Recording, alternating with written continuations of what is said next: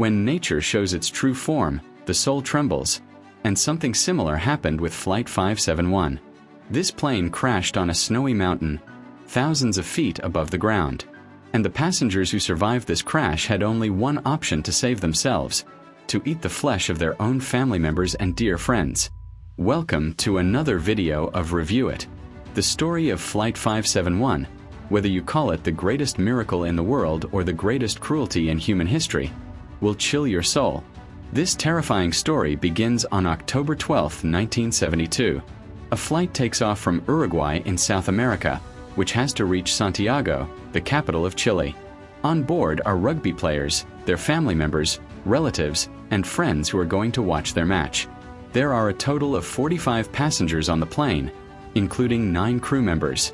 The flight is supposed to reach its destination in 3 hours, but on the way, it has to cross the Andes mountain range. Unfortunately, the weather deteriorates further ahead, so the flight is made to land in the city of Mendoza in Argentina. The flight stays there overnight, and the next day, i.e. on October 13th, it prepares to take off again. But the problem is, the weather is still bad. The good thing is that the pilot of this flight has flown on this route 29 times before, so he has a complete idea of how to cross the Andes. Due to the pilot's confidence, the flight takes off again at 2:01 p.m. on October 13th. Only 1 hour of the journey remains to reach Santiago, and the pilot is confident that they will land safely in Santiago within an hour. The plane was flying at an altitude of about 18,000 feet and gradually crossing the Andes Mountains. But as they moved ahead, the weather worsened, which reduced visibility drastically, and the pilot could not see anything ahead. If the weather had been clear, the pilot could have estimated the plane's location by looking at the surrounding mountains. But at this time, the pilot had to rely solely on the plane's instruments. Now, because the pilot believed they would reach Santiago in an hour, he continued to make a rough estimate of his location. After an hour, when he thought he had crossed the Andes, he requested ATC at Santiago Airport for permission to land. ATC asked whether he had crossed the Andes Mountains, and the pilot replied yes. ATC, also relying on the location given by the pilot, granted landing permission and told him to bring the plane down to an altitude of 11,500 feet. At 3:02, the pilot started reducing the plane's altitude. As the plane descended, the pilot saw that the Andes Mountains were still continuing and a huge cliff lay ahead. The pilot quickly tried to lift the plane again, but it was already too late. While trying to ascend, the rear of the plane hit the mountain and broke off. Due to the rear part being destroyed, the seats in the back flew off along with passengers, and 3 passengers died mid-air. The right wing of the plane also broke in this collision, causing the plane to become unbalanced, and the other wing also struck the mountain and broke off. Now, only the front part of the plane remained, which crashed into a glacier at a speed of 350 kilometers per hour. The plane was completely destroyed. The pilots died instantly. Out of 45, 12 people died in the incident, and 33 were still alive, but most were severely injured. They didn't even know where they were at that moment. The crashed plane was scattered on an unknown mountain in the Andes at a height of 3,570 meters above ground. Would they be able to escape this mountain or not? No one knew. What had happened so far was just a trailer. The real story of this flight begins now. You cannot even imagine what is about to happen to them. These desolate Andes Mountains were about to rain havoc upon them. After hearing their story, your soul will tremble. Among the injured passengers was a man named Nando Paradu, who had a head injury and slipped into a coma. The problem was that sunset was near and evening was approaching, meaning the rescue team had limited time to find them. If they weren't rescued before darkness fell, surviving the night on this icy mountain would be impossible, as the temperature at night dropped to -30 degrees Celsius. Soon, 4 planes were dispatched for the rescue. All 4 searched the Andes Mountains but found nothing, because the plane had crashed in a location full of white snow and thick fog, and the plane itself was also white. Due to this, the rescue teams couldn't identify the crash site from above. Night fell, and the rescue operation was suspended for the night. The surviving passengers hoped to somehow make it through this night, believing that someone would definitely rescue them the next day. They created shelter in the crashed plane and spent the night there. That night was horrifying, as they had to endure minus 30 degrees Celsius temperatures. But they had one hope, that tomorrow someone would find and rescue them. Holding on to that hope, they somehow survived the night. But 5 people couldn't withstand that night, and the number of survivors dropped from 33 to 28. The next morning, on October 14th, the search operation resumed, and 11 planes flew out to find them. But the same problem persisted. Due to the plane's white color, it was not visible among the snowy mountains. Rescue planes flew directly over the survivors, but couldn't see them. To signal the rescue team, the survivors tried writing SOS with lipstick on the plane's roof, but there wasn't enough lipstick. So they used their suitcases to form a large cross in the snow, hoping it would be clearly visible from the sky. That day, 3 planes flew overhead, but unfortunately, none of them noticed the survivors, and the day passed. The next day, October 15th, was no different. The rescue team still couldn't find them.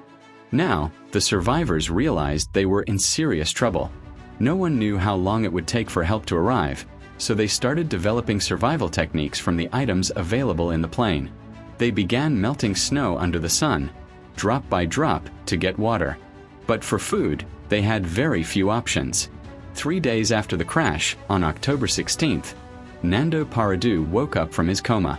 As soon as he regained consciousness, he learned that his mother had died in the crash and his 19-year-old sister was seriously injured.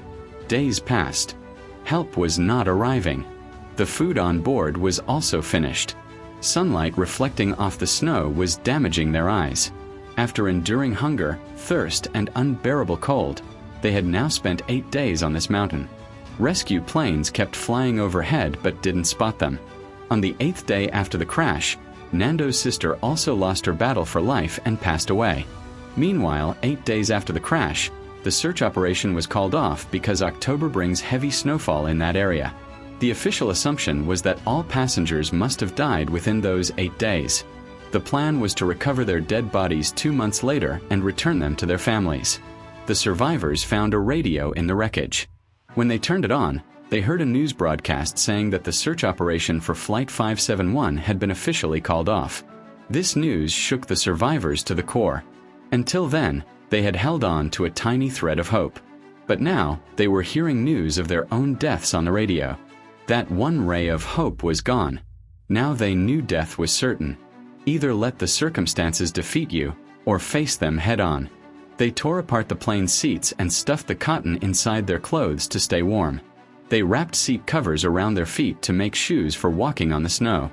The biggest problem was food. Now, to stay alive, they had only one option: to do something no one in history had ever done, something so horrifying it would make your soul shiver. They decided to eat the dead bodies of their family members, relatives, and friends, the same people they had once played and laughed with. This decision was incredibly difficult. One by one, the days passed.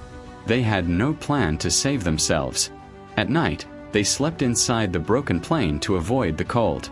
But on the 16th day after the crash, i.e., October 29th, nature struck again. While they were sleeping at night, they suddenly realized that a large chunk of snow had broken off the mountain and was falling. This avalanche came with such force that it buried the wrecked plane under heavy snow. Snow entered the inside of the plane, causing a shortage of oxygen. Due to suffocation, 8 more people died. Now, only 19 people were left alive, buried under snow. It took them 3 days to dig their way out. They now realized that staying here would mean dying one by one. It was better to try and get off the mountain and search for help. Most of them were badly injured and couldn't climb the mountain. But 3 people were less injured, so they decided that these 3 would go and seek help. They took pieces of meat with them and wore the warmest clothes. On the 33rd day after the crash, i.e., November 15th, the 3 set out in search of help. As evening approached, they spotted the other broken part of the plane, the rear portion that had detached. When they reached the wreckage, they found a lot of food inside. They decided to spend the night there. Compared to the past few nights, this one was better. In that rear section, they found a battery. They thought of taking the battery to the main body of the plane and using it to power the communication device to call for help. But the battery weighed 25 kilograms, and in their weakened condition, it was impossible to carry it to the crash site. So they decided to remove the communication device from the main body and bring it to the battery. They tried to power it for several days but failed. On the 59th day after the crash, i.e. December 11th, another avalanche struck, killing 3 more survivors. Now, only 16 remained alive. Now, 3 young men, Canessa, Paradu, and Vizintin, set off to climb the glacier without any gear. They walked westward but had no idea whether they would find human settlements in that direction. They just believed that if they crossed the mountain ahead, they might find help.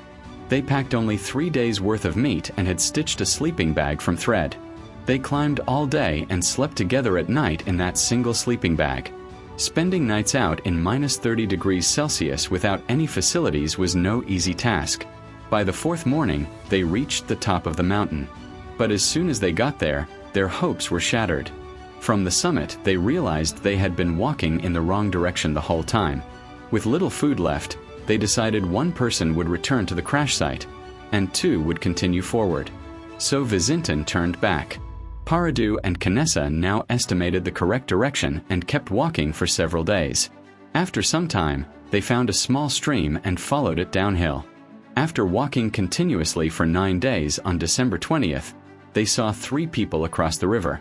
They were exhausted from walking.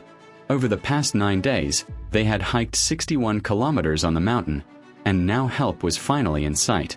They called out for help, but those people replied, "Tomorrow," and left. That day, no help arrived.